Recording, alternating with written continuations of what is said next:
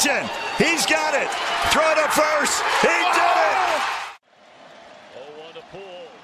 In the air, left field, and Pools has given St. Louis the lead. A dramatic, towering three. Today, I consider myself the luckiest man on the face of the earth. Stretches. The 0-2 pitch, swing and a miss, struck him out.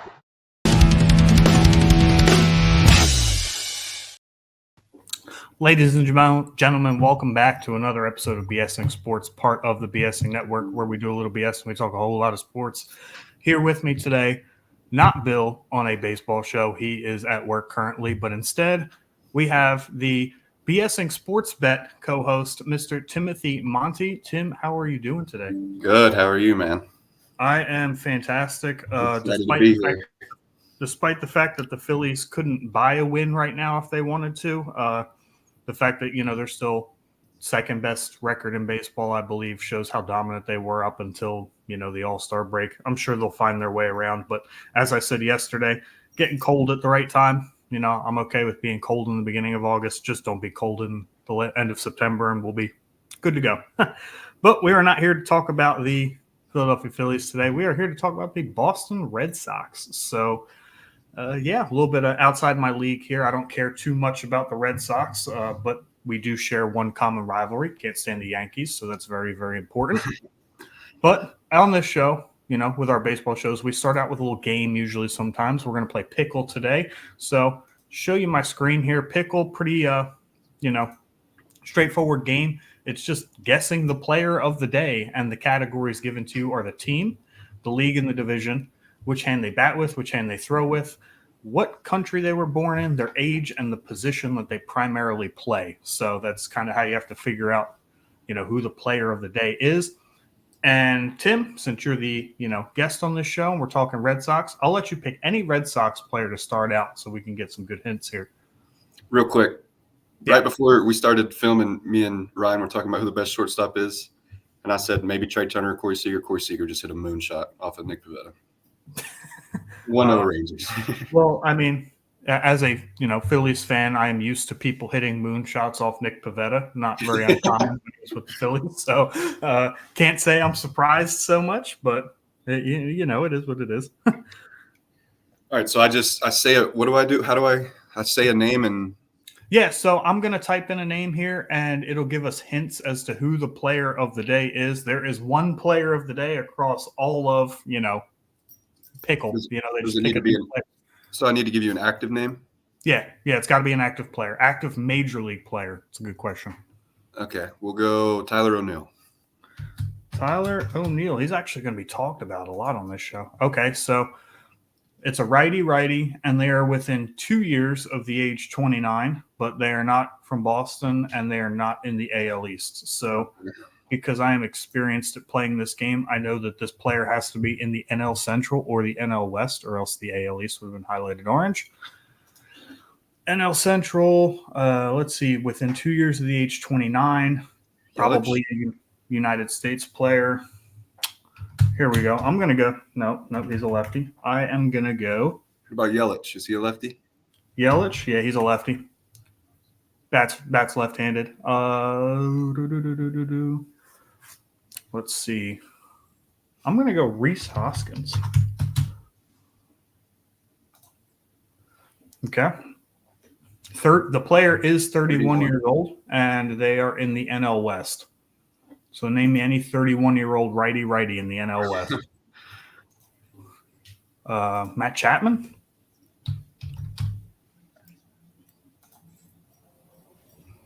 Okay. They do play in the NL West. 31 years old, not the Giants.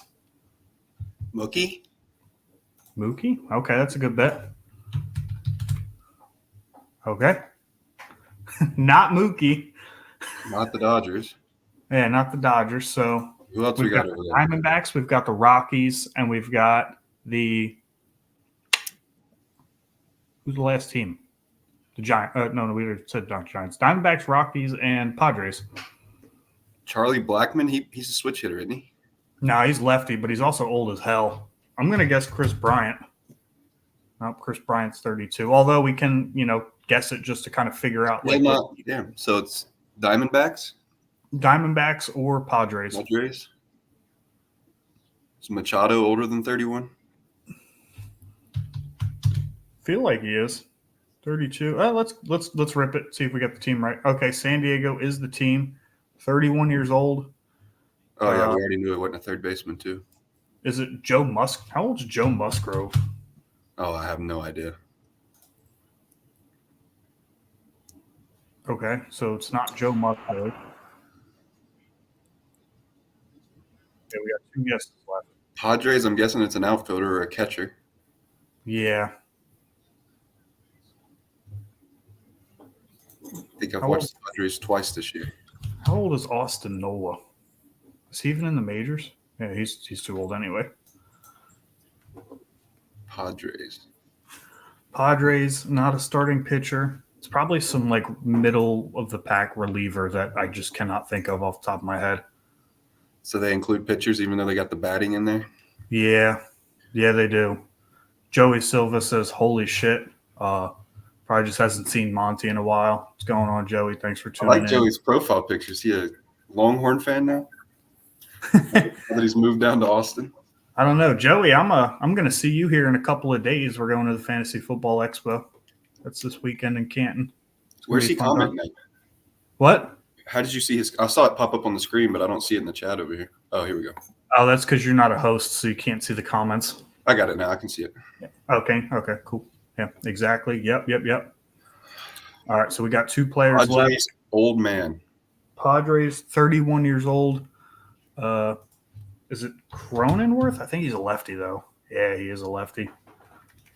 Also oddly old for a guy who's only played like 3 years in the majors. Wish I had my buddy here. He's a Padres fan. See? It's not Snell. Snell's a lefty. Snell also pitched for the Giants now, so that was stupid. I should know that. He just threw a no-hitter the other night.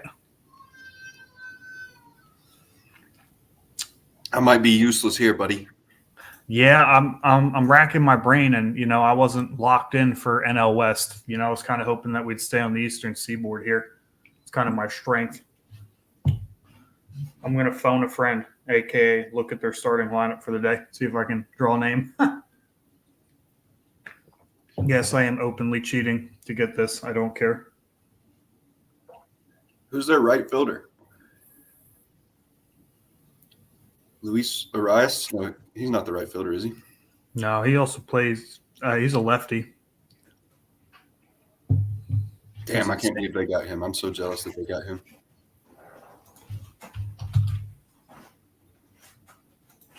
Xander. The answer was Xander? Yeah. He shouldn't count. He never plays. Come on, former Red Sox there. You should have known that. He hasn't played in like 20 months, it feels like. Is he back now? I don't even know. I think he's in the lineup today, so I guess. Maybe. But, yeah, that was a struggle bus. So that anyway, was the perfect answer for me, too, and I didn't get it. Yeah, right. It was queued up for you and everything. But anyway, so let's jump into the offseason. So the 2023 season ends.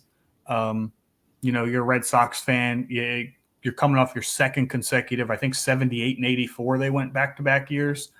Last place. That's when they brought in Craig Breslow, right? Yeah, we had Chaim Bloom, Yeah. he was very, very focused on the farm league, which a lot of people from the Red Sox were not a fan of that because they want to compete with the Yankees, they want to win now. Mm-hmm. Personally, I was a fan of Chaim Bloom. I always liked him. And it's starting to pan out now. A lot of his players that are in the majors have been really good this year. So when they fired Chaim Bloom and picked up Craig Breslow, everyone was all excited and then picked up a few hurt pieces that still haven't even played this year.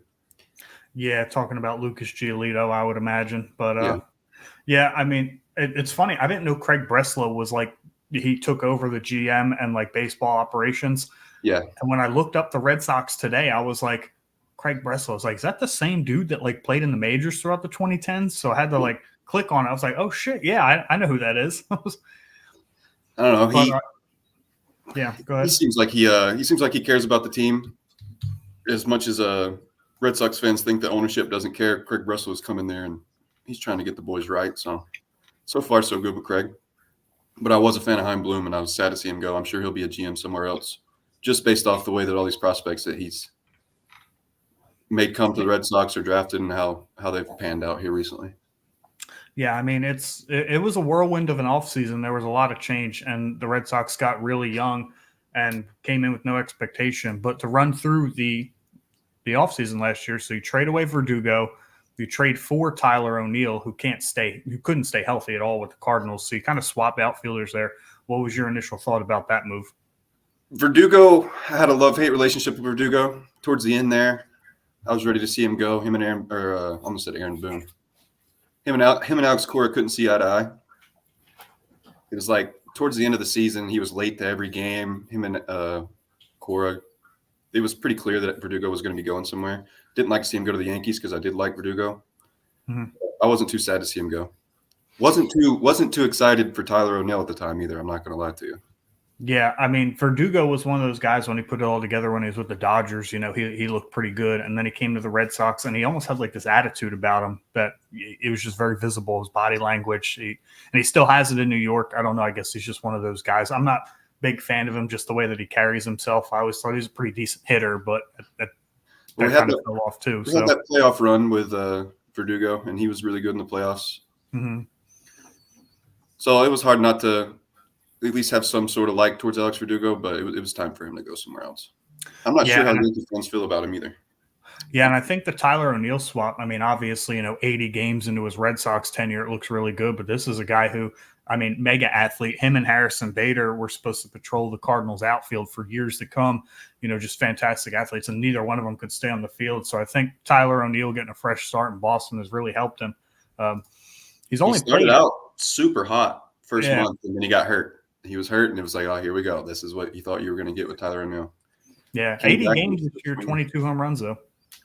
Yeah, he's had – before yesterday, it was the last 6 games. 3 of them were 2-run home run games.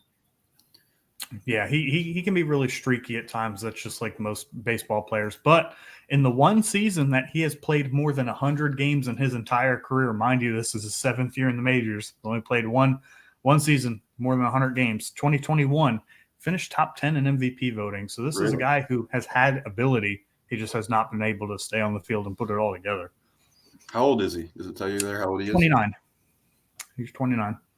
Yeah, he came up young with the Cardinals. It was going to be him, Bader, and then Dylan Carlson in their outfield forever, and none of that has panned out. Yeah, I'm a fan of Tyler O'Neill. Mm-hmm. Traded a couple prospects for him too. Victor. I think it's Victor Santos. Yeah, Victor Santos hasn't appeared in a major league game yet, and then Nick Robertson's only got like 8 appearances.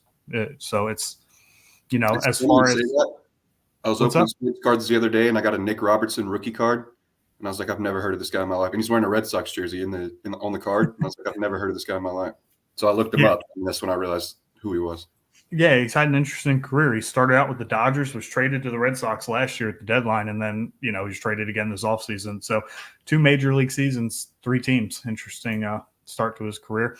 And then moving on into the offseason, you've got Chris Sale, right, who I'm sure Red Sox fans probably have an axe to grind with Chris Sale and the money he was signed to. However, if you look at the total numbers of his tenure as a Red Sox, 115 starts, just under 700 innings pitched. He went 46-30 and had a 3.27 ERA in his time with Boston.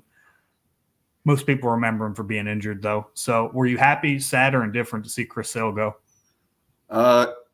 He was on the World Series team in 2018. So I'll always have that with Chris Sale. Mm-hmm. I was ready to see him go. He was hurt. He fell off his bike twice. He was hurt every year for the last 3-4 years. And we were paying him a shit ton of money for absolutely nothing. And I was not sad to see Chris Sale go. One of my best friends is a Braves fan, and he was all excited about Chris Sale. And I was like, yeah, he'll be fine up until about July, and then he'll be hurt. But here he still is, dealing. Yeah, I mean, that's just the Braves thing, I guess, because with Strider going down as a Phillies fan, I was like, man, that sucks for them. And then Acuna went down. I was like, man, that really sucks for them. But, Chris Sale has just like somehow regained his form to like when he was a 7-time consecutive All-Star, and this dude just can't miss. He looks so good. He looks so good. Throwing hard again, and the slider, always nasty. It's like, come on, man. Like we just have no luck as Phillies fans. Like the Braves just always find these dudes. Like when they ran their World Series run in 2021 and they traded for like Jorge Soler and like other no-name guys. It's like these guys ended up producing and being like playoff heroes and stuff. It's like, come on, man. But yeah, same thing kind of happened with Chris Sale there. Traded Vaughn Grissom for him, who showed some promise as a rookie, but has been hurt and just hasn't really gotten started yet at a position that the Red Sox really desperately still need somebody to be there. Ever since Dustin Pedroia left, they can't find a second baseman. Yeah, I had high hopes for Vaughn Grissom as well, and a lot of people have given up on Vaughn Grissom, but I don't think it's fair to give up on a guy. I think he's played 20 games this season. It's not fair to give up on someone that's played 20 games, considering half of our team has sucked for 20 games. At the beginning of the year, everyone gave up on Yoshida. Vaughn Grissom's in the mix with that. Wilyer Abreu. People were done with all these players, and Yoshida's hot again. Wilyer Abreu's good again. I don't know. I just think it's too early to give up on Vaughn Grissom, and he wants to play baseball. From everything he said, he cares, and hopefully he can get back healthy. I think he'll be back. I think they said he'll be back by the end of this month. He's starting a rehab assignment here soon. Yeah, and he's only 23 years old. It's not like this is a guy that, was coming in ready and he was going to, be an all-star from the jump. He still had a little bit of developing to do. But I felt like, it wasn't a bad deal for the Red Sox. Like you said, the last 3-4 years, Chris Sale kind of leaving a sour taste in the mouth. But never a doubt of ability. It's just a matter of availability. And that's the best ability you can have is availability. That's 100% true. Yeah, and the last signing, the Red Sox was kind of just swapping positions, right? You trade away Alex Verdugo, you get Tyler O'Neill, you move off of Chris Sale, and then they signed Lucas Giolito for 2 years, $38.5 million. And to your point in the beginning of the show, hasn't thrown a pitch. Yeah.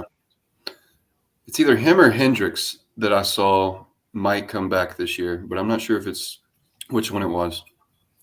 I know early in the year when he got hurt, what was it, back in March, they said he was going to be out for a substantial time of 2024. And I didn't see anything indicating he was definitely out the rest of the year.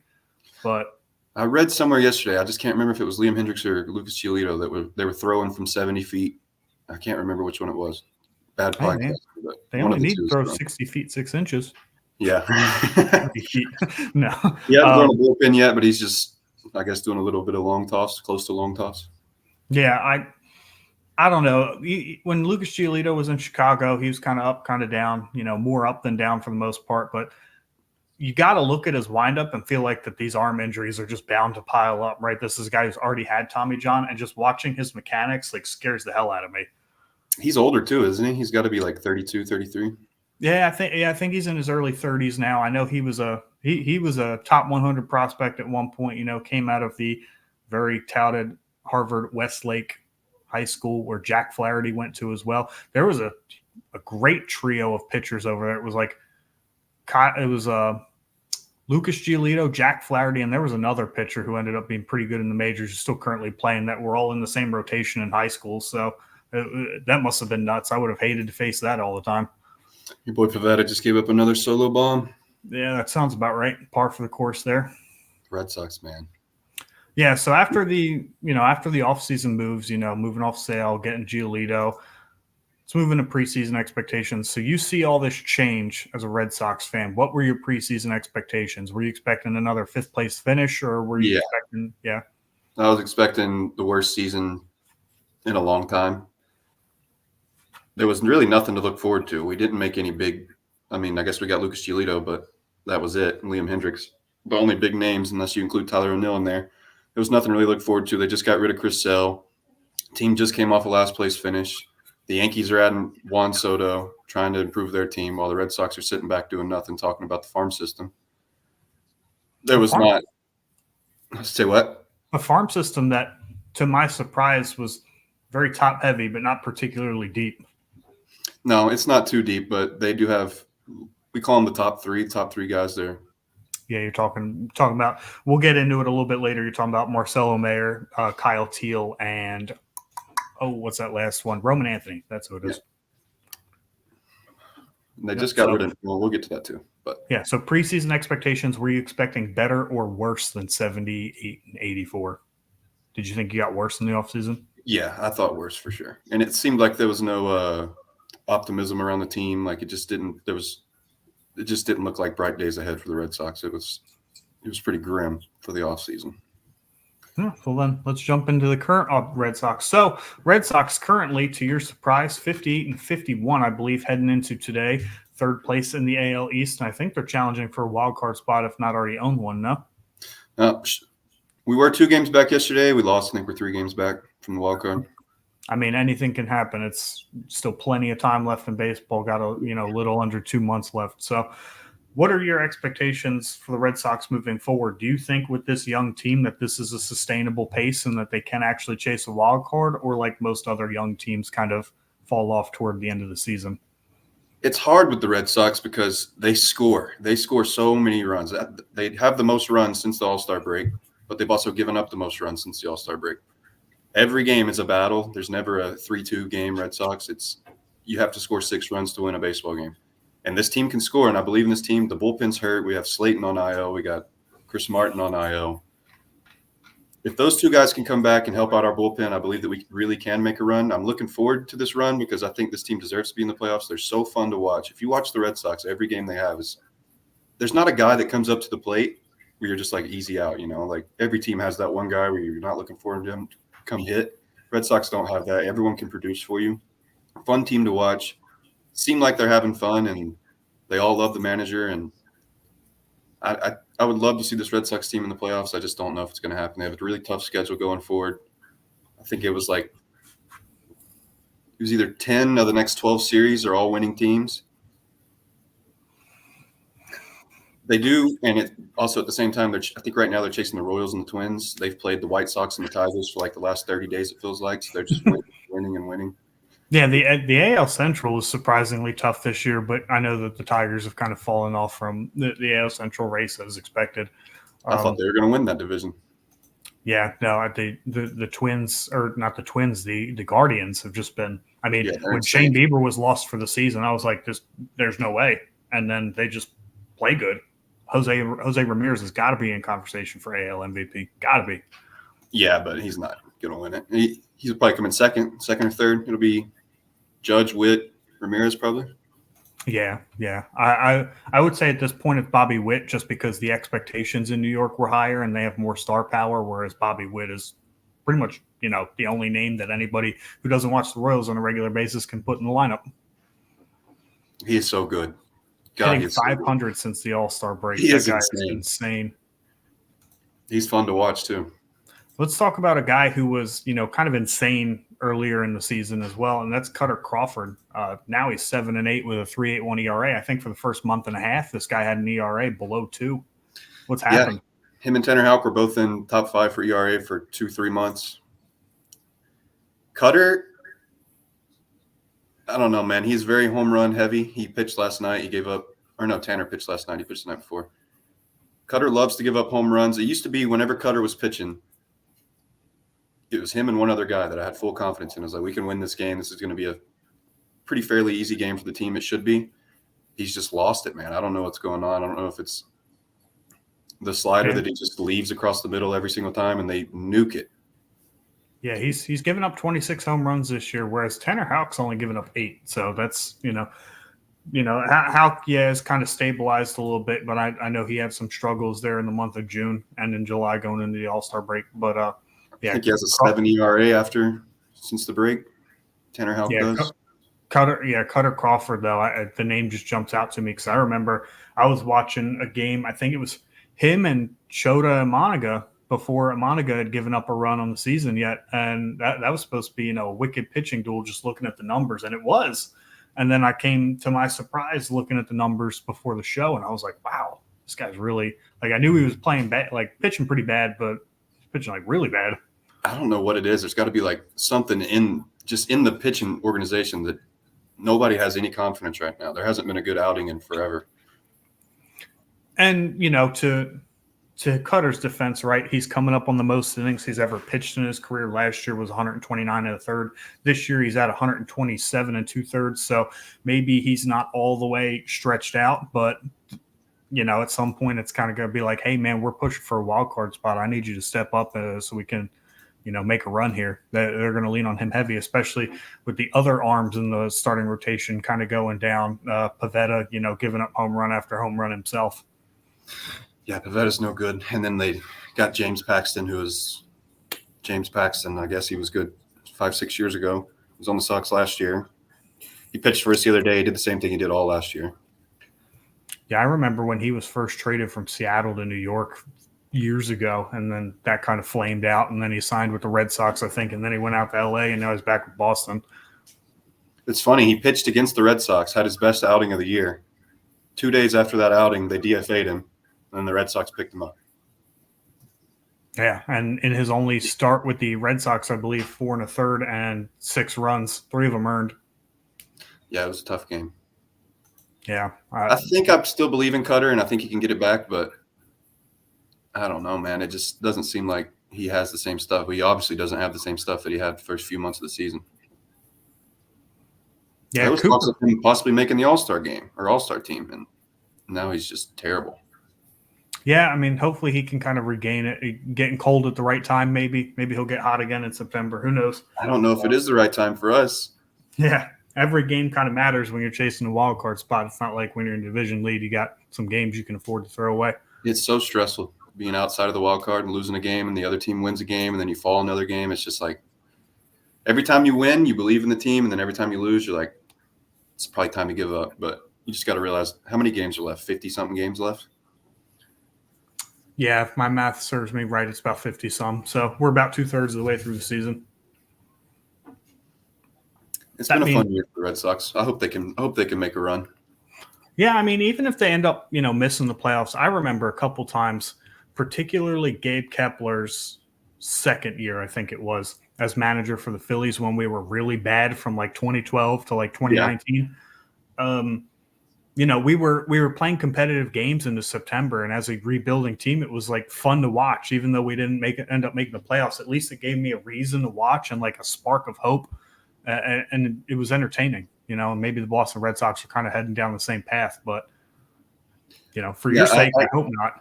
I had nothing to look forward to going into the season besides watching Raffy hit, and now I look forward to almost everyone that comes up to the plate, whether it be the rookies or Tyler O'Neill or Yoshida. I love watching this team hit, but whenever the inning swaps and they go to the mound, it terrifies me. We haven't looked at the numbers in a while, but we probably have one of the worst fielding percentages in baseball. Create a lot of errors or make a lot of errors. I think Raffy just made another one. He's been struggling a little bit here lately. I think ultimately, down the line, and again, I'll bring this up when we get to looking ahead. I think the best decision for the organization is to move Devers over to first base. I don't know. I love Devers at third base, and we have Tristan Casas coming back. He's a good first baseman. Yeah. I forgot that Casas was hurt, and he's on his way back, but we'll get into it a little bit. So next topic here, there's a couple names that could easily fill out. You just said one of them. There's another one we haven't mentioned yet. Who is your Red Sox MVP so far? Well, if you asked me this a month ago, I'd probably say Tanner Houck, but it's pretty easily Raffy, I'd say. Pretty easily Raffy. I'd say so. Before yesterday, he was hitting over 1,000 OPS. He went 1 for 5 yesterday, so he might have dropped down. He was batting 306 going into yesterday, 24 homers, 25 homers. Yeah, 25 homers, 70 RBIs, hitting 306, on base percentage 384, slugging over 600. His OPS is 997. OPS plus is 169. Interestingly enough, Rafael Devers has not struck out 100 times yet. He's at 99. No, this has been his best season at the plate of not striking out. He's probably drawn more walks at this point in the season than he has in his whole career. He still swings and misses at a lot of goofy pitches, but Raffy's goofy, and he's going to do his thing. I love Rafael Devers. That's my guy. He leads the team in walks at 48 and 72 runs scored. However, as an outsider, I think Jarren Duran has to get some serious consideration for Red Sox MVP to this point. This guy, I know he kind of started the season out a little slow, but I mean, this dude can do it all on a baseball field. He provides a little bit of pop, 24 stolen bases, hitting 292, 132 OPS plus, and he has the most runs on the team. I think they potentially have found their best leadoff hitter, and don't throw up when I say this, since Jacoby Ellsbury. No, there's been a lot of comparisons to him and Jacoby Ellsbury. I think he might. I know he leads the league in triples. He might lead the AL in doubles. Yeah, doubles 33, triples 13. I mean, home runs 13. This guy, like I said, provides a lot of pop. Strikes out a ton. He hasn't missed a game all season. He's played every game this season. Yesterday he was having little oblique problems, and Cora came out to talk to him after a swing. He kind of grimaced and grabbed his side. And Jarren Duran was like, "I'm fine. Get out of here." Yeah. Love Jarren Duran. He plays so hard. He's so fun to watch. But I think if I had to choose an MVP, it'd be Raffy. But I shouldn't have said easily. Duran is a close second. Yeah. And I mean, Weiler Brayu's actually been pretty good this year too. Surprisingly good. I didn't know a lot about him coming into the season. Super streaky. Yeah. Only 80 strikeouts though. He's a rookie. He's missed some time too. Yeah. So what do you think about Yoshida? So for the first 3 months of the year and towards the tail end of last year, all Yoshida did was beat the ball as hard into the ground as he could right at second base. As of late, I think he's 0 for his last 8. He did draw a walk today, but before today, he was super, super hot. He was hitting over 300 for the month of July. He's starting to get some air onto the ball. He also had his big Red Sox moment when he hit that game-tying home. I think you were watching that game, the game-tying home run against the Yankees. Yeah. I had already given up and turned it off. Yeah, Jake was here. I was watching that game, and I go, what if he hits a home run here? And Jake goes, this guy never hits home runs. You're not. He hit 2-run home runs. Yeah. I was like, what's up, man? RBI for Duran. There you go. Doing a little bit of Red Sox talk, watching the game live. RBI double. David Hamilton scored from first. Yeah, if you're watching the game on Twitter, please go ahead, jump over to YouTube and subscribe. We've got baseball content all the time, and we've got football content coming up because after we come back from the Expo, it's going to be prediction season. It's going to be sports betting season. We're about to unload, so go ahead and subscribe on YouTube if you have not done so already. So any other names have stuck out to you? How about Connor Wong, right? Especially they traded for Danny Jansen at the deadline, and that was kind of an odd move. But Connor Wong has been pretty good offensively for a large portion of the season. It was a while ago, but I'm pretty sure it was Connor Wong and Verdugo with the 2 pieces for Mookie when they sent him to the Dodgers. And Connor Wong I'm assuming he has the best batting average of any catcher in the league. He's obviously not the best catcher because you have Adley over there in Baltimore, but I would take Connor Wong over just about any other catcher in the league. He is a beast, and he's just a solid hitter. Like, he's been striking out a little bit lately, but he's almost like we have this guy, Rob Refsnyder. If you look at his numbers, he's insane. He went 5 for 5 yesterday or 4 for 4. He's like one of the toughest outs in baseball, and Connor Wong's right up there with him. Nothing is easy for a pitcher that's facing Connor Wong. Every time Connor Wong comes up to bat, I'm excited. He has so much pop for a guy that doesn't look that big, and I think he's the second fastest catcher in the league too, behind your guy, JT Realmuto. Yeah. I mean, athletic catchers are the way to go. They generally have extended career times, and we'll be talking about a little bit of an athletic catcher later again as well, because looking ahead, the Red Sox could be even better in 2025 and beyond. So real quick, postseason odds, got to flip a coin, yes or no. What are the chances? Give me a percentage you think that the Red Sox make the postseason this year. 35% chance they do make it. Okay. Well, according to Baseball Reference, they have a 32% chance of making the postseason. So that's a pretty good guess. Close. You and the experts that do this for a living, 32% chance. They have 1.4% chance to win the World Series. I'm telling you, there's a chance. I'm a Yankee hater, so I feel like I have to get this out. The Yankees have a better record than the Red Sox. I feel like the Red Sox are a better team than the Yankees. I feel like if both those teams made the playoffs, the Red Sox would have a better chance at winning the World Series than the Yankees. They are not a good baseball team. I will say, watching the Yankees more and more recently, you can make the argument that the Red Sox are possibly a deeper team as far as how their players are playing right now. Outside of Judge and Soto, I mean, the Yankees lineup is it's pathetic. And I think part of the reason why they went out and got Jazz Chisholm is because he can quite literally take anybody's job at the drop of a hat because of his, ability to play anywhere on the field. Where was he playing at in that series against Joe? Was he playing second? Immediately replaced DJ LeMahieu at third base, and then Gleyber Torres was just benched for not hustling last night. So I hate Gleyber Torres. Yankee fans hate him. Yeah, one of the Yankees fans that I work with, They can't stand Gleyber. He's like, I'm so glad he's a free agent this offseason. I don't know how you're going to come out and say I only play second base, but you lead the AL in errors at second base. Like maybe we should try another position, like bench. He is not good. No, DJ LeMahieu was batting like 170 this year. He used to be good, didn't he?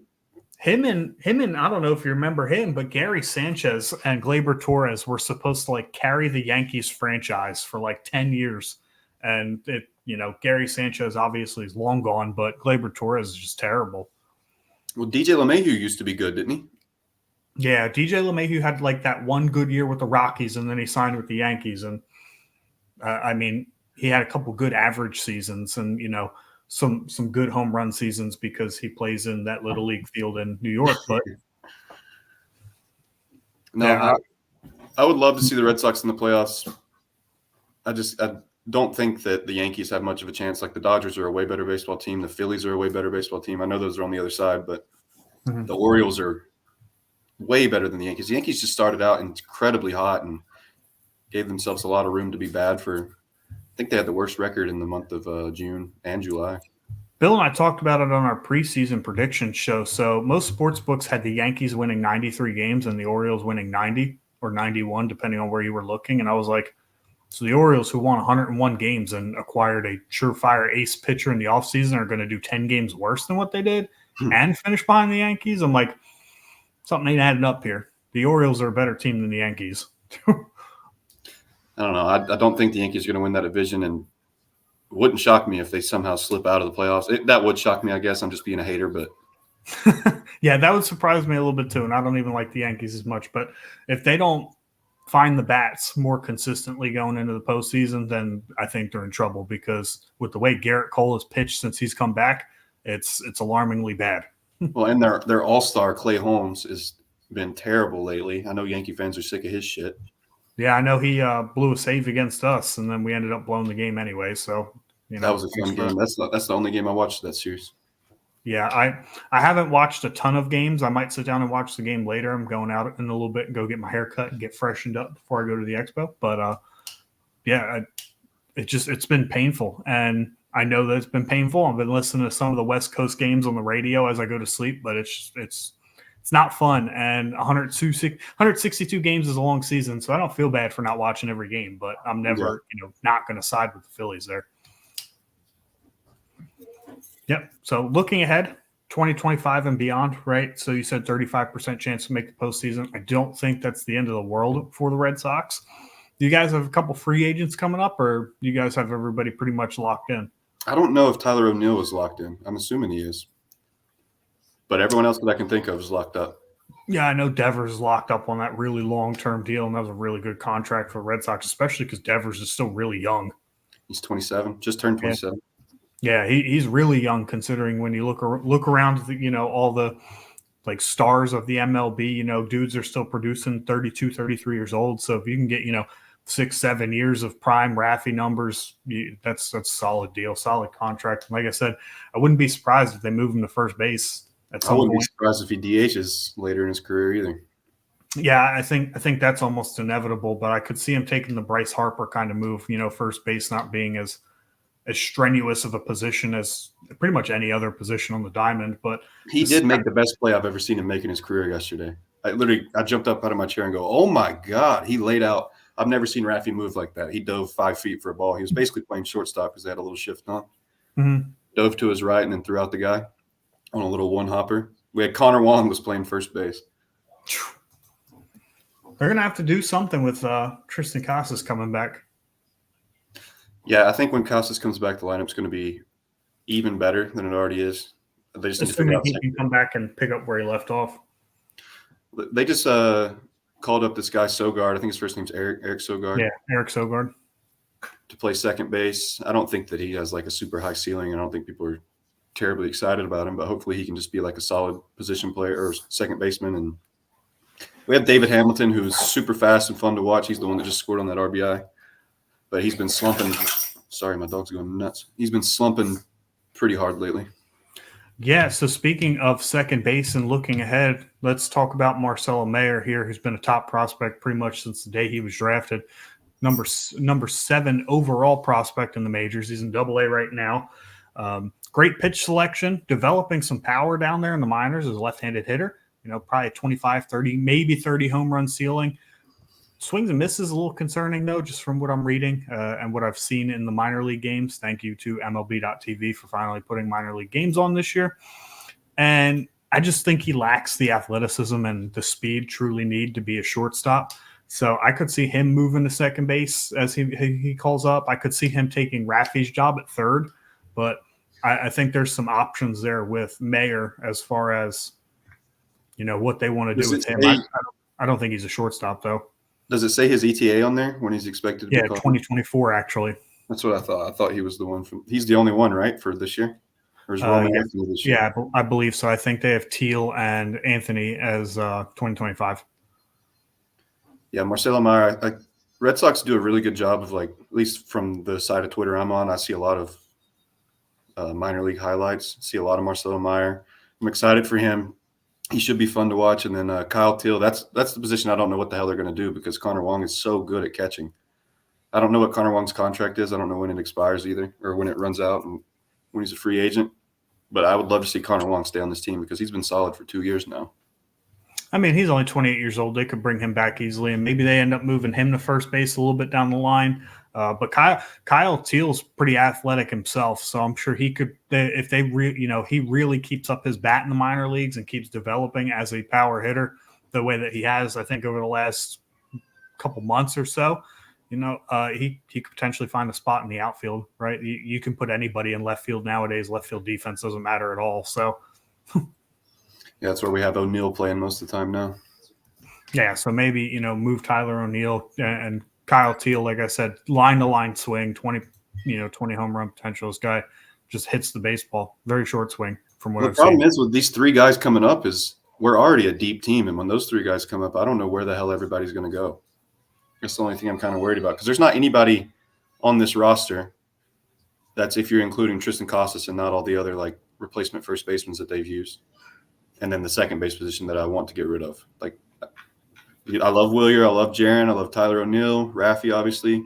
Cedar Rafaela, potential rookie of the year. Kid's electric. He's probably not going to win rookie of the year, but love him. I love him playing shortstop. He plays center field probably just about as good as anybody in the majors, but he's forced to play shortstop for us because we have Trevor Story, who's obviously out for the year. Yeah, Trevor Story, what a – I didn't love the signing when it happened. I thought he was kind of overrated anyway, but no, they paid Trevor Story, but they wouldn't pay Xander. That hurt.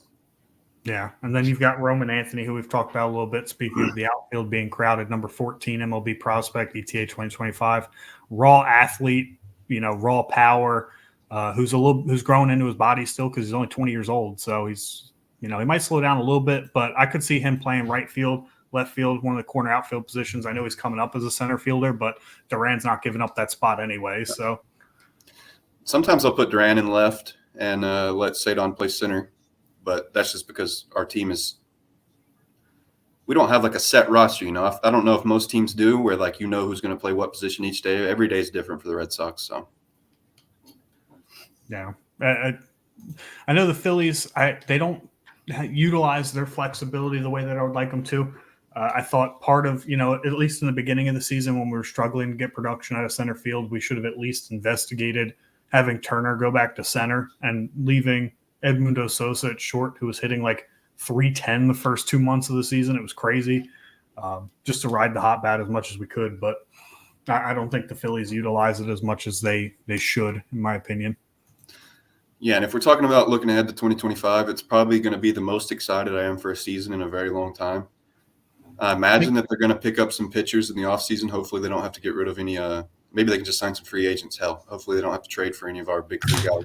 Do you think Mayer makes the team in 2025 as an everyday starter? I don't know. I don't know where he fits in. I guess at second base, he could play second base. Yeah, I think he's going to have to. Or, like I said, move Raffy to first and Casas be your DH or something. I don't know. But They paid Yoshida. He's under a huge contract too. Yeah, he's probably one of the weirdest DHs that I can think of. He doesn't hit home runs. He's not a power guy, but he's solid. And then kind of the last piece that I want to talk about moving forward. So I text you about it on the night of the MLB draft, but man, the Boston Red Sox got to steal Brady Montgomery. This guy was almost surefire top 5 pick, top 5 prospect, at worst top 10, and they got him at 12 overall. He broke his ankle at Super Regionals playing for Texas A&M. But, this guy, just an absolute, switch hitting, beast, Carlos Beltran type ceiling, which is fantastic because Beltran was as a Red Sox fan, Carlos Beltran was a very good baseball player for a long time, and he has a cannon for an arm. So I think he can do everything.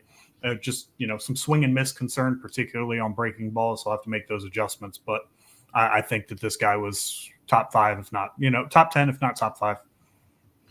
Yeah, the Red Sox have done very good lately with either drafting or trading for prospects. So once all these guys come up, I think the Red Sox are going to be in a really good spot, especially considering our best player, our most paid player, Rafael Devers, is only 27 years old.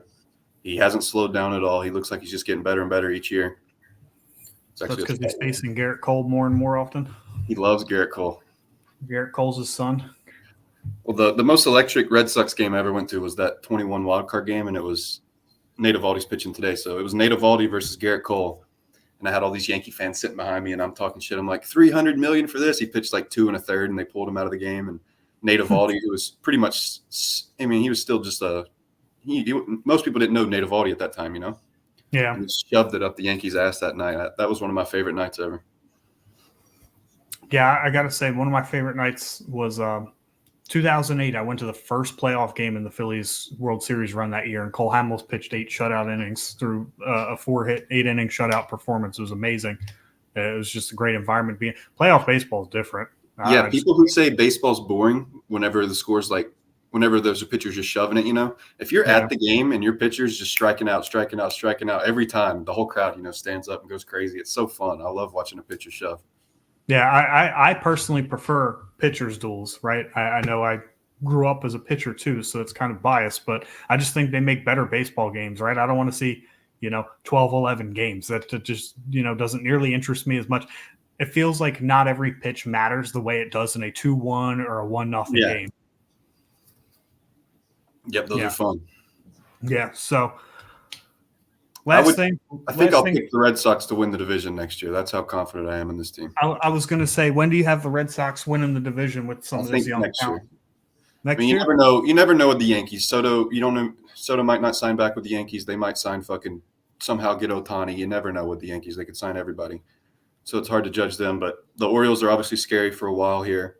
But I think the Red Sox they're so young. Cedon is young. Jarren Duran's probably one of the older players on the team, and hasn't looked like he's getting old at all.